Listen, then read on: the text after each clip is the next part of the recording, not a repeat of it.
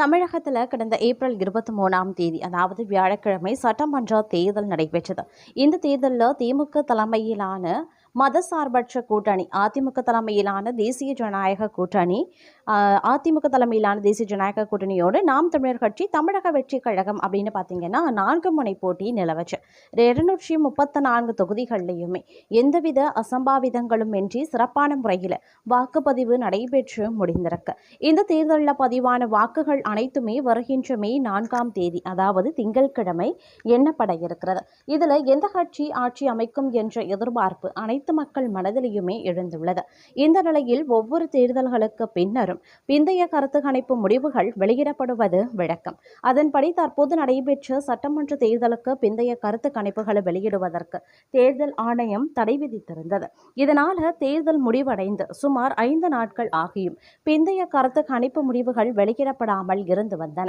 இந்த நிலையில் தமிழக சட்டமன்ற தேர்தல்களுக்கு பிந்தைய கருத்து கணிப்பு முடிவுகள் இன்று புதன்கிழமை ஏப்ரல் 29 வெளியானது. இதில் சாணக்கியா ஸ்ட்ராட்டஜிஸ் அதாவது திமுக கூட்டணி 145 முதல் 160 தொகுதிகளும், அதிமுக கூட்டணி 50 முதல் 65 தொகுதிகளும், தமிழக வெற்றி கழகம் 13 முதல் 18 தொகுதிகளும், பிற கட்சிகள் 5 முதல் 8 தொகுதிகளிலும் வெற்றி பெற வாய்ப்புகள் உள்ளன. பீப்ளஸ் பல்ஸ் அதாவது திமுக கூட்டணி 125 முதல் 145 தொகுதிகளும், அதிமுக கூட்டணி 65 முதல் 80 தொகுதிகளும், தமிழக வெற்றி கழகம் 18 முதல் 24 தொகுதிகளும், பிற கட்சிகள் 2 முதல் 6 தொகுதிகளில் வெற்றி பெற வாய்ப்புகள் உள்ளது அப்படின்னு சொல்லியிருந்தாங்க.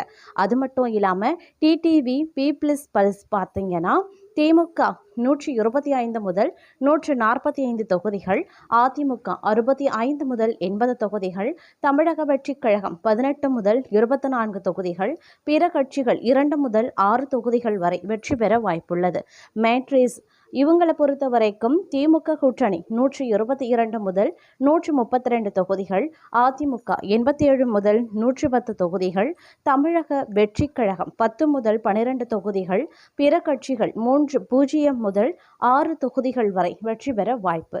அதே போல ரிபப்ளிக் பி மார்க் திமுக கூட்டணி 125 முதல் 145 தொகுதிகள், அதிமுக கூட்டணி 65 முதல் 85 தொகுதிகள், தமிழக வெற்றி கழகம் 16 முதல் 26 தொகுதிகள், பிற கட்சிகள் 1 முதல் 6 தொகுதிகள் வெற்றி பெற வாய்ப்புகள் உள்ளதாக குறிப்பிடப்பட்டிருக்கிறதுங்க.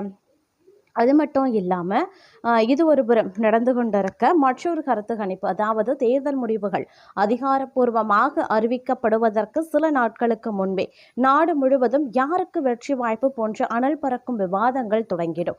இந்த விவாதங்களுக்கு முதன்மையானதும் மக்களின் எதிர்பார்ப்பை பூர்த்தி செய்வதுமாக இருப்பதுதான் எக்ஸிட் போல். இது வெறுமனே யூகத்தின் அடிப்படையில் சொல்லப்படுவது ஒன்றல்ல, மாறாக இது ஒரு விஞ்ஞானபூர்வமான புள்ளி விவர அடிப்படையிலான ஆய்வு. இந்தியாவில் 1957 ஆண்டு நடைபெற்ற 2வது மக்களவை தேர்தலின் போது இந்திய பொதுகருத்து நிறுவனம் முதல் முறையாக எக்ஸிட் போலை நடத்தியது. அன்று முதல் இன்று வரை இது தேர்தல் ஆய்வுகளின் மிக முக்கிய கருவியாக வளர்ந்தும் நிற்கிறது. தேர்தல் கருத்து கணிப்புகளில் என்ன வித்தியாசம் இருக்கப்பெற போகின்றது அப்படிங்கிற யூகமும் பல விவாதங்களும் பார்த்தீங்கன்னா எழுந்த வண்ணம் இருக்கக்கூடிய பட்சத்தில் இந்த எக்ஸிட் போல் அப்படிங்கிறது மிகப்பெரிய ஒரு திருப்பு முனையாக பார்க்கப்பட்டு வருகிறது அரசியல் களத்தில் அப்படின்னு தாங்க சொல்லணும். அது மட்டும் இல்லாமல் தற்போதைய நிலவரத்தில் எக்ஸிட் போலை சரியாக புரிந்து கொள்ள மற்ற கருத்து கணிப்புகளில் இருந்து அது எப்படி வேறுபடுகிறது என்பதை தெரிந்து கொள்வது அவசியம். பொதுவாக 3 முக்கிய வகைகள் இருக்கு. தேர்தலுக்கு முந்தைய கருத்து கணிப்புகள் அதாவது தேர்தல் தேதி அறிவிக்கப்பட்டதில் இருந்து வாக்குப்பதிவுக்கு சில வாரங்கள் அல்லது மாதங்களுக்கு முன்பு வரை நடத்தப்படும். நீங்கள் யாருக்கு வாக்களிக்க விரும்புகிறீர்கள் என்பதே இதனுடைய மைய கேள்வி. அடுத்து வாக்களித்த பிறகு கருத்து கணிப்பு. வாக்குப்பதிவு நாளன்று வாக்குச்சாவடியில் இருந்து வாக்களித்து விட்டு வெளியே வரும் வாக்காளர்களிடம் நேரடியாக நடத்தப்படும் ஆய்வு இது. வாக்களித்த உடனேயே கேட்கப்படுவதால் இதன் முடிவுகள் மிகவும் துல்லியமாக இருக்க வாய்ப்புகள் இருக்கிறது. அடுத்து தேர்தலுக்கு பிந்தைய கருத்து கணிப்பு. கணிப்பு. வாக்குப்பதிவு முடிந்த ஓரிரு நாட்களில் மக்களின் வீடுகளுக்கு சென்றோ அல்லது தொலைபேசி மூலமாகவோ இந்த ஆய்வு நடத்தப்படும். ஒரு பார்வை எக்ஸிட் போல் செயல்படும் விதம். ஒரு எக்ஸிட் போல் என்பது ஏதோ சிலரிடம் கருத்து கேட்பது மட்டுமல்ல, அதன் பின்னால் ஒரு விரிவான செயல்முறையே உள்ளது. அதன் முக்கிய நிலைகள் ஒரு நாட்டின் அல்லது ஒரு மாநிலத்தின் ஒட்டுமொத்த பிரதிபலிப்பை ஒரு சிறிய மாதிரியில் கொண்டு வருவதே இதன் முதல் சவால். இதற்காக சீரற்ற மாதிரி தேர்வு முறை பயன்படுத்தப்படுகிறது.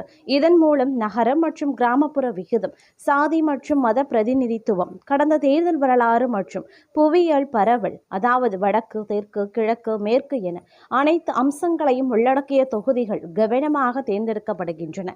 தேர்ந்தெடுக்கப்பட்ட ஒவ்வொரு தொகுதிகளுக்குள்ளும் குறிப்பிட்ட வாக்குச்சாவடிகளை முறைசார் சீரற்ற மாதிரி தேர்வு மூலமாக தேர்வு செய்வார்கள். இதிலும் கிராமம், நகரம், சாதி அமைப்பு, கடந்த வாக்குப்பதிவு சதவிகிதம் போன்ற அளவுகோல்கள் கருத்தில் கொள்ளப்படும். வாக்குச்சாவடிகளில் இருந்து வெளியேறும் ஒவ்வொருவரையும் ஆய்வாளர்கள் அணுகுவதில்லை. ஒருதலைபட்சமாக முடிவுகளை தவிர்க்க வெளியேறும் ஒவ்வொரு 3வது அல்லது 5வது வாக்காளரை மட்டுமே அணுகுவார்கள். இதன் மூலம் ஒரு குறிப்பிட்ட குழுவை வருபவர்களின் கருத்துக்கள் ஒட்டுமொத்த முடிவை பாதிக்காமல் தடுக்கின்றது அப்படின்னு நான் சொல்லணும். அது மட்டும் இல்லாமல் இந்த எக்ஸிட் போல் அப்படிங்கிறது பார்த்தோன்னா வாக்காளர்களிடம் யாருக்கு வாக்களித்தீர்கள், ஏன் வாக்களித்தீர்கள் என்பன போன்ற கேள்விகள் கேட்கப்படும். வாக்காளர்களினுடைய பெயர் போன்ற தனிப்பட்ட அடையாளங்கள் எதுவும் சேகரிக்கப்படாது. இன்று இந்த தரவுகள் அனைத்தும் டிஜிட்டல் செயலிகள் மூலமாக உடனடியாக மத்திய சேவையகத்திற்கு அனுப்பப்படுகின்றன. கள ஆய்வாளர் சரியான இடத்தில் இருக்கிறாரா என்பதை உறுதிப்படுத்த தொழில்நுட்பமும் உதவுகிறது. சேகரிக்கப்பட்ட தரவுகள் மாதிரியில் இருக்கக்கூடிய ஏற்றத்தாழ்வுகள் சரி செய்கிறது, கடந்த தேர்தலுடன் ஒப்பிட்டு வாக்கு மாற்றத்தை கணக்கிடுறது போன்ற புள்ளி விவர முறைகளை பயன்படுத்தி பகுப்பாய்வு செய்யப்பட்டு வாக்கு சதவிகித இடங்களாக கணிக்கப்படுகிறது. இந்தியா போன்ற பெரிய பரந்த பன்முகத்தன்மை கொண்ட நாட்டில் எக்ஸிட் போல் நடத்துவது எளிதான காரியமல்ல. பல சவால்கள் இதன் துல்லிய தன்மையை பாதிக்கின்றது.